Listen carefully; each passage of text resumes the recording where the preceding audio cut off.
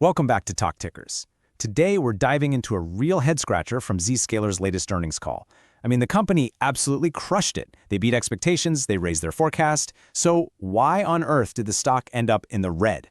We're going to unpack the numbers, decode the market's very strange reaction, and then give you our call on what happens next.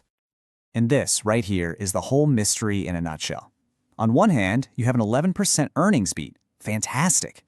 On the other hand, the stock closes down nearly 1.5% the next day. It just doesn't add up, right?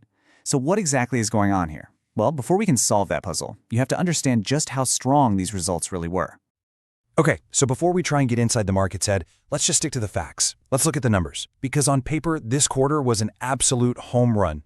First up, the big one. Zscaler officially crossed the $3 billion mark in annual recurring revenue. Now, this is a huge deal. It puts them in a very, very exclusive club.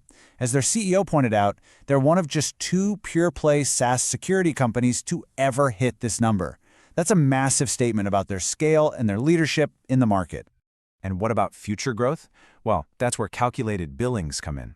This is basically a snapshot of all the new business they signed. And it grew an impressive 32% year over year. For a business like Zscaler, this is the crystal ball for future revenue, and it is glowing. Demand is clearly strong. And this really shows their operational muscle. For the entire fiscal year, Zscaler hit the Rule of 50. Now, you've probably heard of the Rule of 40. It's a benchmark for top-tier SaaS companies. Well, Zscaler blew past that. You take their revenue growth, add their free cash flow margin, and they hit 50. It just proves they can grow like crazy while also being highly profitable. That's the holy grail. So let's look at the headline numbers, the ones that kicked this whole thing off. Revenue came in at $719 million, beating the street by about $12 million.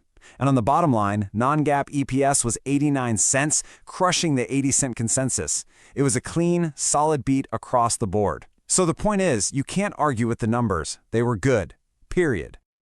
Okay, so we've seen the what. The results were great. But why were they so good? These numbers didn't just happen by accident. They are the direct result of a very deliberate strategy to transform Zscaler from a product company into a full-on security platform. And here's the playbook. Management is laser-focused on 3 massive growth areas: locking down the AI revolution, pushing zero-trust security into every nook and cranny of a company, and protecting data no matter where it is. And this isn't just some PowerPoint fantasy. Together, these 3 areas already represent over $1 billion in recurring revenue. And get this is a direct quote from the CEO, Jay Chaudhry. He's saying that the demand for their zero trust and AI security products is so intense, his sales team doesn't even have to go looking for leads. The customers are banging down their door. I mean, that is the definition of product market fit, right there. So, you have all this crazy demand. How do you actually capture it? Well, that's where their new ZLEX program comes into play. You can think of it as a super flexible, all-you-can-eat plan for their biggest customers. It makes it way easier for them to go all in on the entire Zscaler platform, signing bigger, multi-year deals. And spoiler alert, it is absolutely working. In just its second quarter, the ZLEX program brought in over $100 million in new contract bookings. That's up more than 50% from the quarter before. This is the hard data that shows their strategy for landing huge strategic deals is firing on all cylinders. All right, let's circle back.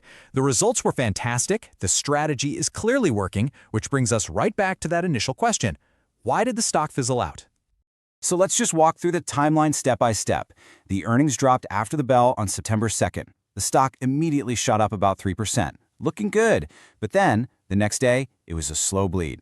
All those gains evaporated, and it actually closed down almost 1.5% on some pretty heavy trading volume. So, what gives? Why did all that early excitement just vanish? What spooked the market? Okay, we've got a few theories on this. 3 main culprits, really.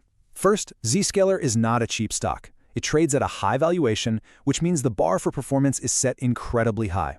Anything less than perfect can be punished. Second, there was some bad press floating around about a security incident involving a third-party vendor, which might have made some investors a little jittery. And finally, you have to consider the overall market. Sometimes you get what's called a good print in a weak tape. Basically, the company does great, but the market is in a sour mood and just isn't buying anything. So, with all that in mind, what's the takeaway? Where do we go from here? Let's look at what management is forecasting, and then we'll give you our final call. You know, even with the market acting a little shaky, Management's forecast for the next fiscal year is anything but weak. They're projecting continued strong revenue growth in the low 20s, ARR pushing towards $3.7 billion, and really healthy earnings. This guidance is the foundation of the bull case. The company itself is signaling that the growth engine is still running hot. And that brings us to the big finish, the next call. Given everything we've seen, what's our move? Okay, here's our take. We are officially slapping an outperform rating on Zscaler. The fundamentals are just too compelling to ignore the short-term noise. And our trade idea is this: go long Zscaler and short a basket of the old-school firewall companies. Here's why. We believe Zscaler's Zero Trust branch isn't just a better product, it's a fundamental shift that makes traditional hardware firewalls look like, as the CEO put it, mainframes.